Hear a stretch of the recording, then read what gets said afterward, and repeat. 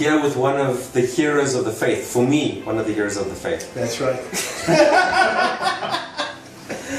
Timber is an evangelist at heart, and love what he's doing out in the north, love what he did on campus. And bro, there's stuff that you've got down in your soul in terms of sharing your faith. Just tell us your journey in terms of evangelism and a little bit about your heart in terms of sharing your faith. Thanks, Rog. Going back several years to university, as a student, I found that I was concerned about people who are far from God, and I thought it was normal.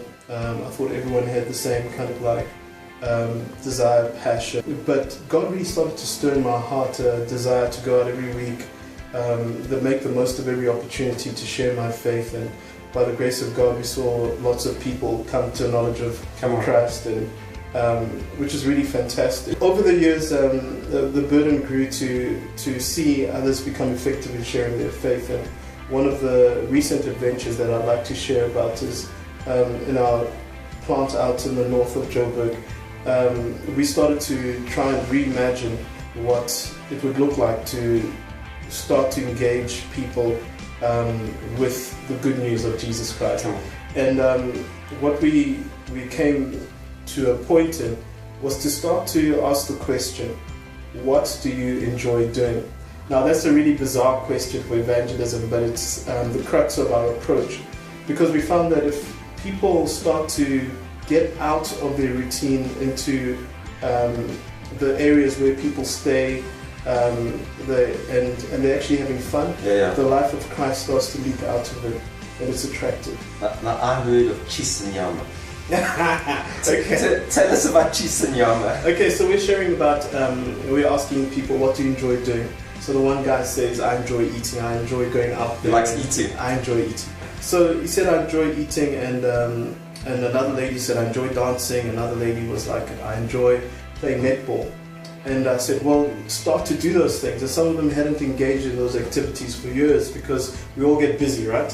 But they intentionally started to say, let me get involved in those areas and start to enjoy life and have fun.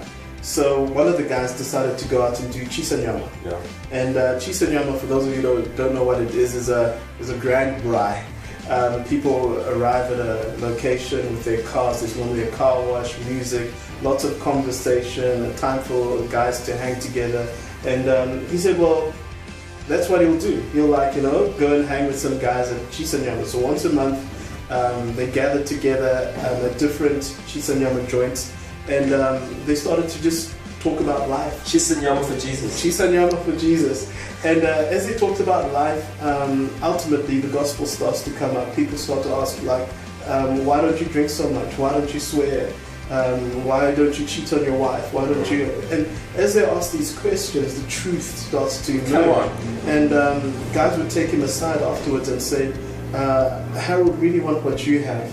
And through his time with the Chisanyama, guys have come into a relationship with Christ. Some have gotten saved for the first time, others recommitting their lives to the Lord.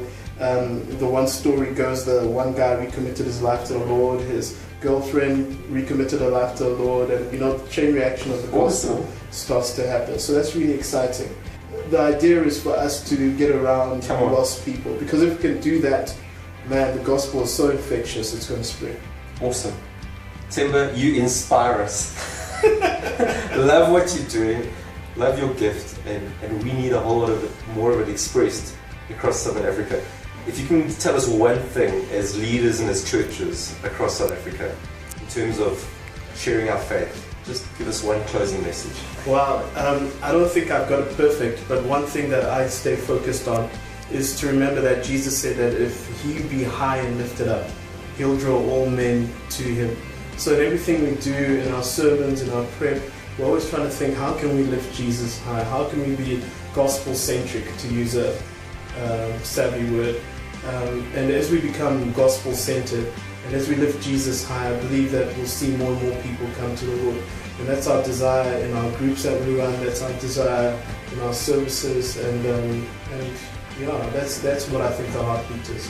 If you want to hear more about what Tim is doing, just contact him directly. He's running our North plant at his people Joburg.